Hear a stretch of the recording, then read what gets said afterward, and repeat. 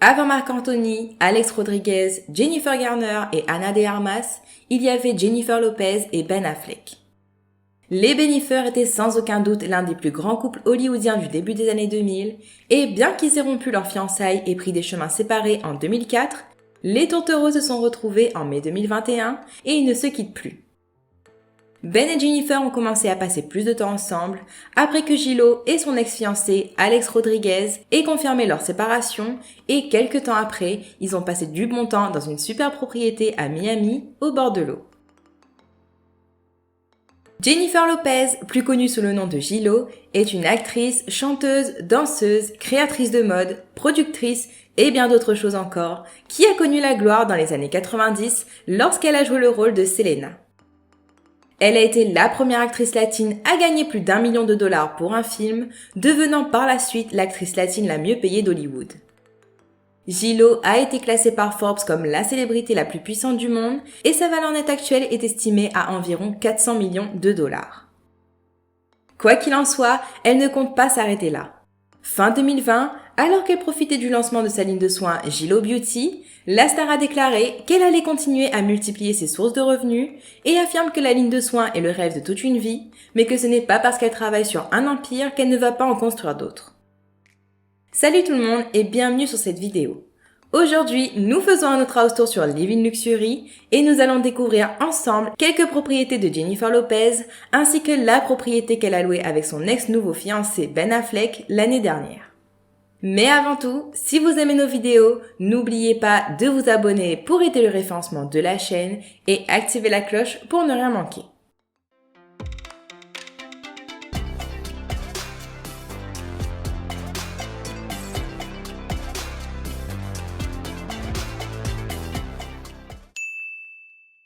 Avant de parler des propriétés de luxe que J-Lo a possédées après avoir connu le succès, voyons comment tout a commencé. Loin des paillettes et du glamour qu'elle vit actuellement, Jennifer Lopez vivait avec sa famille à Castle Hill, un quartier résidentiel du Bronx, à New York. Sa maison d'enfance était un petit appartement, mais la famille Lopez l'a rapidement agrandi pour en faire une résidence un peu plus grande. La maison était sur 2 étages et J-Lo a passé la plupart de sa jeunesse dans cette maison avec ses parents et ses 2 sœurs. Cette maison dans le Bronx couvrait 140 mètres carrés et possédait 2 chambres et 3 salles de bain.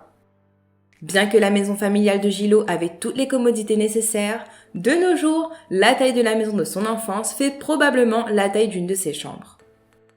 La première demeure que J-Lo a achetée à Miami possédait une suite parentale qui s'étendait sur 90 mètres carrés, soit 50 mètres carrés de moins que la maison de son enfance.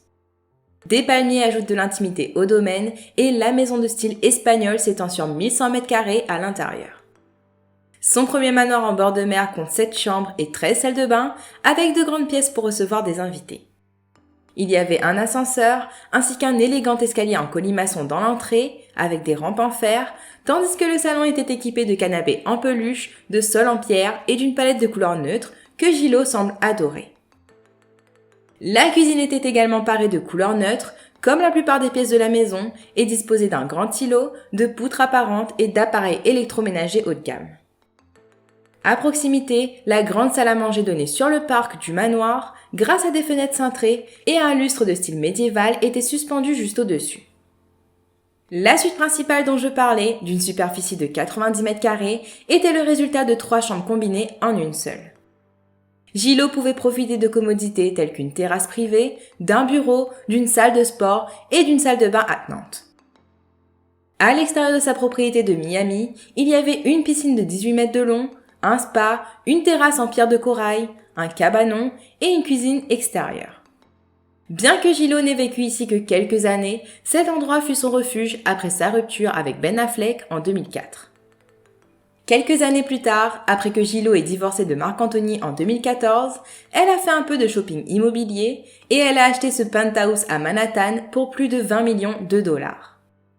L'unité spacieuse de 600 mètres carrés occupe tout le dernier étage du White Man et dispose de son propre ascenseur privé. Bien que J-Lo ait essayé de se séparer du penthouse en 2017, il a depuis été retiré du marché, ce qui nous laisse penser qu'elle le possède probablement encore. L'espace de vie principal dispose d'un parquet en chêne et de plafonds de 4 mètres de haut. Le salon aéré dispose d'une lucarne et de portes françaises donnant sur une terrasse avec vue sur le Madison Square Park. Cette demeure comporte 2 niveaux, 15 pièces dont 4 chambres. On accède à la suite principale par un escalier séparé qui donne également accès à une autre terrasse. Parmi les autres caractéristiques de la suite principale, on trouve un dressing et 2 salles de bain attenantes dont l'une est dotée d'un lustre en cristal et d'une baignoire à 2 places. Parmi les multiples espaces de détente situés au centre du niveau inférieur du penthouse, on trouve une cuisine ouverte et une salle à manger avec un bar. Cet endroit dispose même d'un immense espace extérieur de près de 300 mètres carrés, ce qui est assez unique pour la ville de New York. Mais bon, ce qui est unique a un prix et le loyer mensuel pour vivre ici s'élève à environ 20 000 $ par mois. Une autre propriété importante que Gillot possède encore est son manoir d'inspiration française à Bel Air qu'elle a acheté pour 20 millions de dollars en 2016 et cette maison est une petite merveille. D'une superficie de 1300 mètres carrés, ce domaine dispose de 7 chambres et de 13 salles de bain.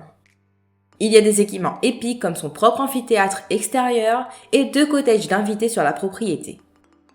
Le terrain est plein de jardins naturels, dont une forêt de bambous, un vignoble et un pont couvert reliant différents espaces. Toute cette verdure ajoute encore plus d'intimité à ce domaine déjà exclusif qui s'étend sur 9300 mètres carrés au total.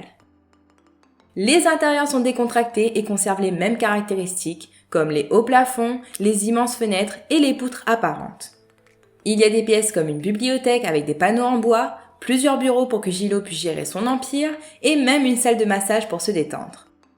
La cuisine est pleine de lumière avec des fenêtres en atrium et possède un long îlot central.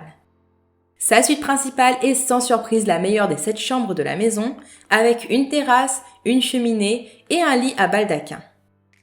Il y a également une tonne de commodités pour occuper les enfants de Gillot, dont une salle de jeu et à l'extérieur un parcours de mini-golf. À l'extérieur, on retrouve une magnifique piscine à débordement, un spa et une fontaine, et un peu plus loin dans ce magnifique jardin, un lagon privé artificiel.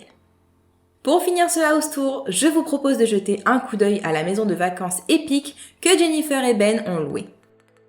La demeure est située sur Hibiscus Island à Miami Beach, sur une île artificielle de la baie de Biscayne, dans un quartier résidentiel exclusif.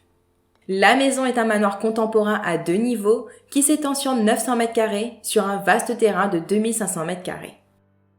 La maison comprend 11 chambres et 12 salles de bain. Les intérieurs sont blancs et la maison a un concept ouvert, ce qui permet de profiter pleinement de l'ambiance de Miami. On ne sait pas combien de temps Jennifer et Ben y sont restés, mais la maison a été par la suite achetée par le créateur de bijoux Paul Morelli pour 18 millions de dollars. Presque toutes les pièces communes du manoir ont une vue sur l'eau. Il y a un grand salon avec des portes vitrées donnant sur le patio, ainsi qu'une salle familiale plus confortable. La cuisine a des armoires en bois de frêne et des appareils électroménagers pour profiter de quelques dîners romantiques ou recevoir dans la grande salle à manger avec des murs de fenêtres.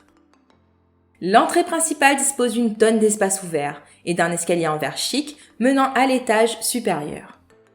D'ailleurs, vous avez peut-être déjà vu cette photo de Gillot prise par les paparazzi, profitant de ce balcon et de la brise de Miami. La suite principale dispose d'un coin salon, d'un immense dressing, d'une salle de bain ainsi que d'un balcon comme nous l'avons pu voir sur le cliché précédent. La propriété dispose d'une salle de sport, d'un bureau, d'une magnifique piscine, d'un jacuzzi et d'un spa à l'extérieur. La propriété possède également une maison d'hôtes séparée. À l'extérieur, le manoir de Miami a également une grande terrasse entourant la piscine, mais aussi un quai privé et un ascenseur à bateau. Sans oublier que l'ensemble de l'endroit dispose d'un aménagement paysager luxuriant pour plus d'intimité. Voilà, c'est ici que se termine ce house tour. Nous avons vu ensemble quelques propriétés de Jennifer Lopez, ainsi que la maison de vacances qu'elle a louée avec son fiancé Ben Affleck. Je n'ai pas grand chose à dire, à part que j'adore toutes ces propriétés. Si je devais en choisir une, je choisirais sa maison à Bel Air pour ses extérieurs magnifiquement aménagés. Et vous, qu'en avez-vous pensé ? Quoi qu'il en soit, n'oubliez pas de me faire part de vos impressions sur ces maisons en commentaire, je serai ravie de vous lire. Et si vous voulez voir le house tour d'une célébrité en particulier, faites-le moi savoir également. D'ailleurs, nous avons déjà fait le house tour de Rihanna et de son chéri A$AP Rocky, où nous avons pu voir quelques-unes de leurs propriétés. Si cela vous intéresse, n'hésitez pas à y jeter un œil. En tout cas, j'espère que cette vidéo vous a plu et si c'est le cas, n'hésitez pas à laisser un like. On se retrouve la semaine prochaine pour une autre vidéo. Ciao ciao!